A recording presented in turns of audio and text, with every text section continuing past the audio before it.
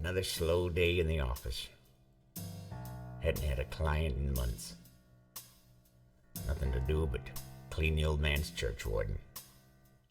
It was July in Texas, nearly everywhere else. Triple-digit temperatures baked the city for weeks. The electric bill looked more like a mortgage payment. It was hot. Hot enough to fry an egg on the sidewalk. Hotter than Maria Montez in a bikini. Hotter than a classy dame in a cigar shop. It was hot, sweetheart. Sam? Yeah? There's a Mrs. Peterson here to see you. Send her in. You can go on in.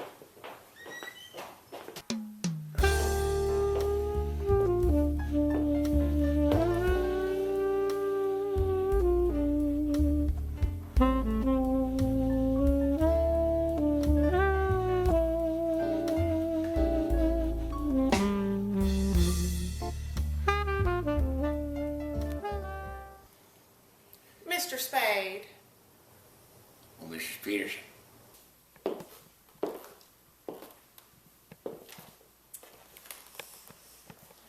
Interesting desk. She smelled like a freshly opened tin of Christmas cheer. Sweet and a bit ketchupy.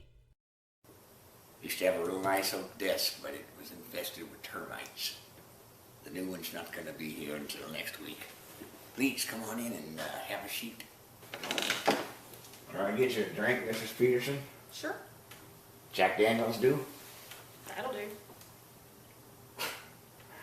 Mrs. Peterson, you see, this is what I used to clean my pipes with. Honey, that's what I used to brush my teeth with.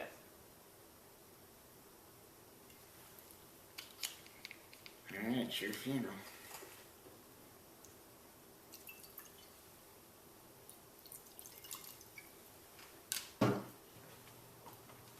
Cheers. I'll take another. Her hair was black as night. Her eyes could look right into your soul. She had a southern accent thick as molasses in the winter. She said she worked for a man named Mr. Noggins, a collector of rare tobaccos. He had been murdered and his most prized acquisition had been stolen. A very rare pipe tobacco known as the Butera Pelican. When I asked her why she didn't go to the police, she said she did, but Mr. Noggins was wearing a hoodie that night, and they said they could do nothing about it. Apparently stalking an unarmed man, getting into a fight with him and shooting him dead is not a crime if he's wearing a hoodie. The only clue she had was a keychain with a Puerto Rican flag on it. I thought her story was a sure sign that she was nuttier than the Polish piper, but there was something about her that kept me listening. Probably her cleavage. I told her my fee and she said money was no problem. Then as quick as she came, she turned and headed out the door. If you need me, just whistle. You do know how to whistle, don't you?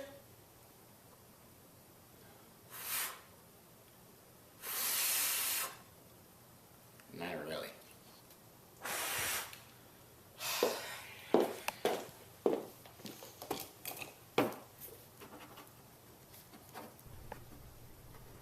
You can reach me at this number.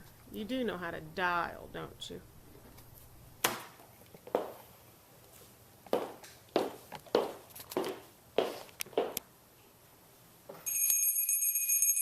Effie!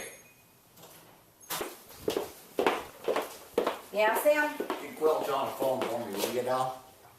Sure. Him. What? Never had much use for modern technology.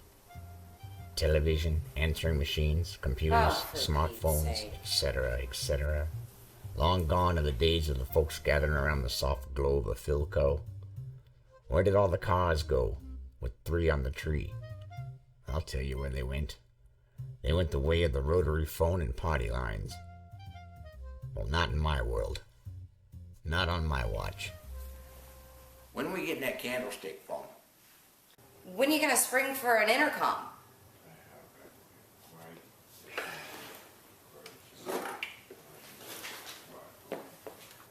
Glenn, Yeah, Very Sam. loud. Uh-huh. Got a question for you. What can you tell me about the Butera Pelican? Uh-huh. Uh-huh. Hey, Clint. Can you drop the Nottingham accent and speak English? Oh. Okay, then can you just talk slow? Alright. Uh-huh. The finest, most rare Cyprian Latakia. The spiciest, most zesty and rare Turkish Orientals. And Virginia whole leaf. Aged in cakes, fine cut to ribbon form. Sounds like a good batch. Right. Thanks, Glenn. There's a Mr. Cairo here to see you, Sam. Send him in.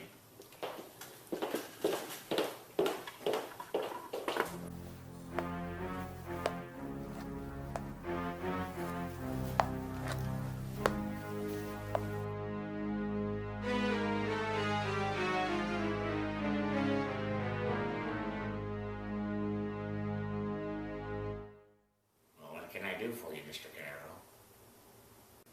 You see, Mr. Spade? This is your lucky day. Really? How so? Sit down.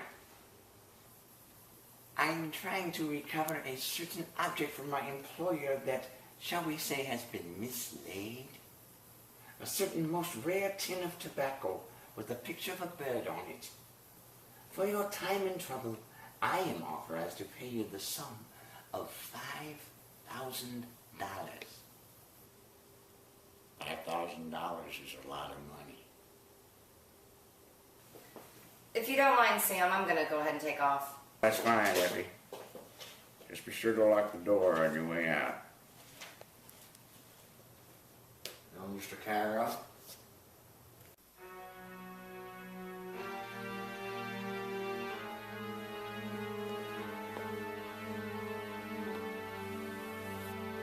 Mr. Spade, if you would be so kind as to clasp your hands at the back of your neck, I intend to search your office. That's a squirt gun, Cairo. What kind of fool do you take me for? Very observant, Mr. Spade.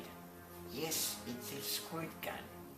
However, it is filled with grape juice, and it will most certainly ruin your suit.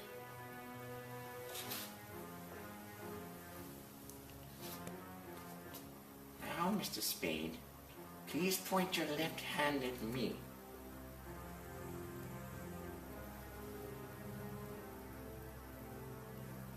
Very good, Mr. Spade.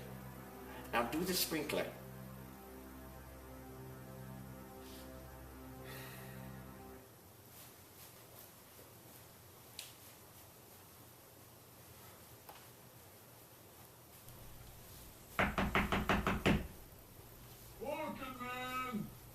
Orchid Man?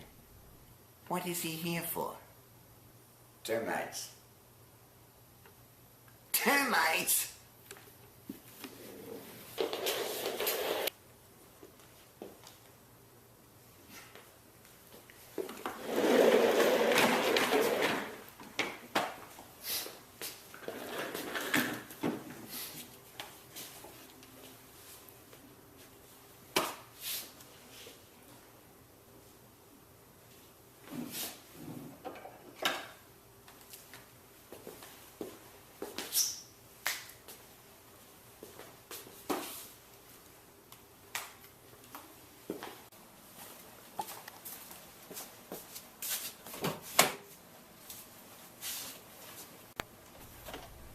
When there's more questions than answers, the thing to do is hit the bricks and clear your mind. This mystery was starting to bug me. Hadn't had a client in months, and now within the space of an afternoon, I've got two. One a southern fried beauty, and the other a short, effeminate foreigner made of wood. Both of them looking for the same thing. What are the odds? So I take my corncob pipe, fill it with some 1Q, and head out the door. I'm going downtown. The lights are brighter there. You can forget all your troubles and forget all your cares.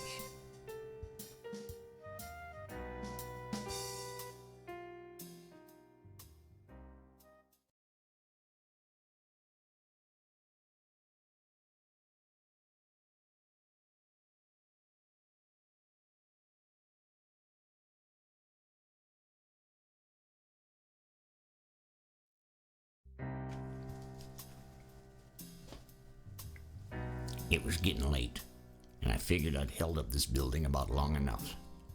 It was time to go see Pops. An incontinent old coot with an ashen tongue.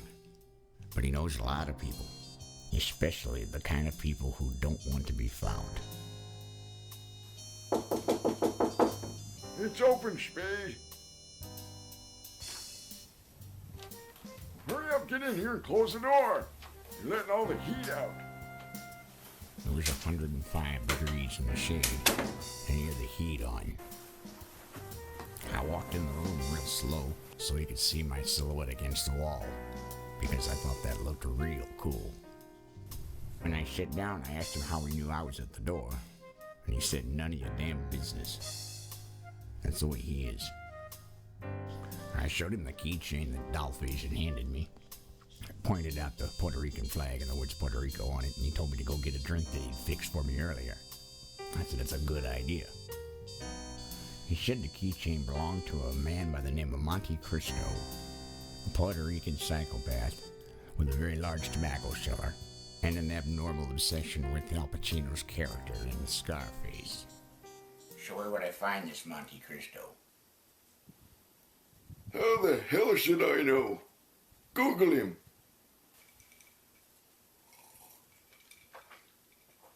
I don't use computers, Pops. You know that.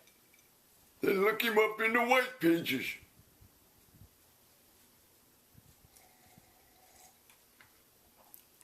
I don't want to be here any more than you want me here. The sooner you can tell me where I can find this cranky misto, the mooner you can mail me where the crooner you...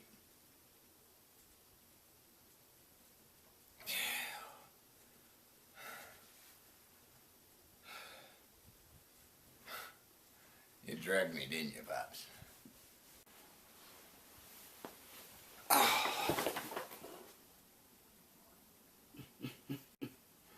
Dumbass.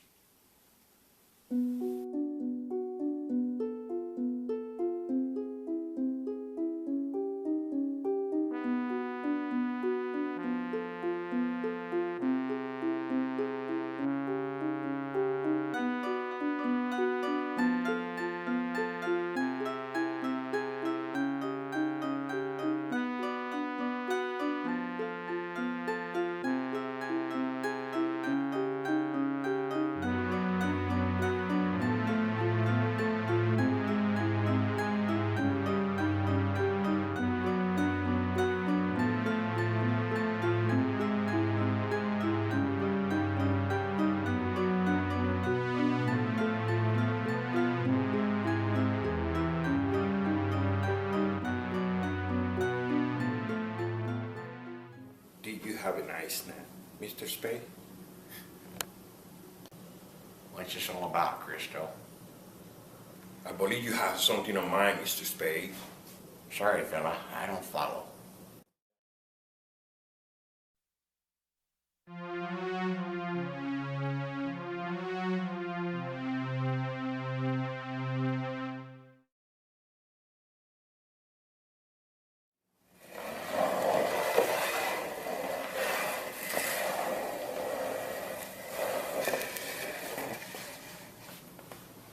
I got an extensive collection of fine tobacco.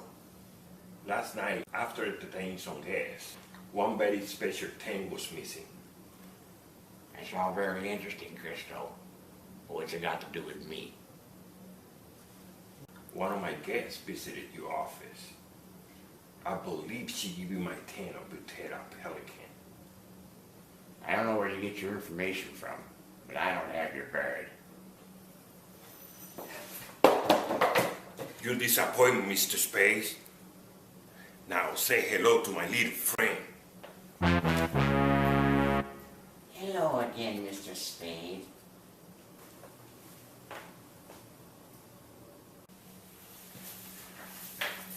The Butera Pelican, Mr. Spade.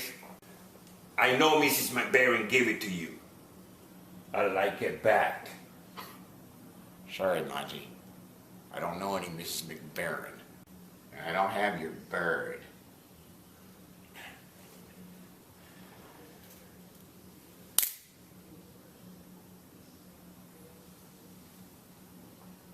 don't make me peel you like a pineapple, Mr. Spade.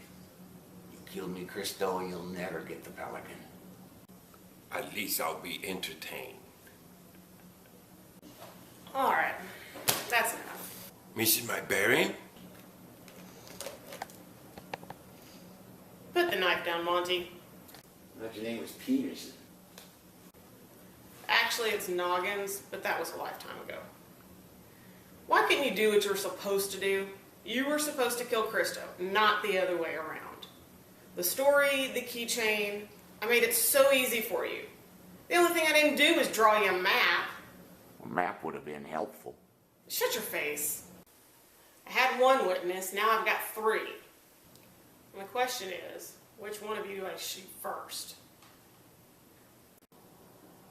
Eeny, meeny, miny. Mo, mother. Effie. Put down the gun. Seriously? We have the Pelican.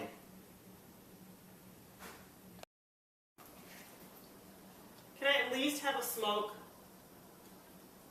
Mr. and Mrs. Noggins pretend to be Mr. and Mrs. McBarron. They steal the tin of Pelican from Christo. And Mrs. Noggins shoots Mr. Noggins so she can have the tin all to herself. Greed, root of all evil.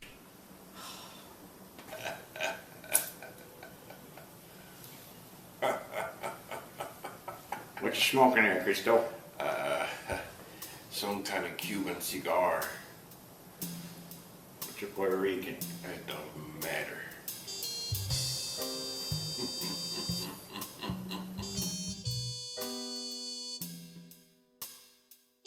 I'll bet you dollars to donuts some of you are wondering how Effie ever got into Christo's place. When she said she was going home, she didn't. She saw Cairo come flying out of the office and followed him, right to Monty's. And then when she saw Pops and the Boyo dudes carry me in, she snuck in behind them. Guess I'm gonna have to give her a raise, or at least spring for that intercom.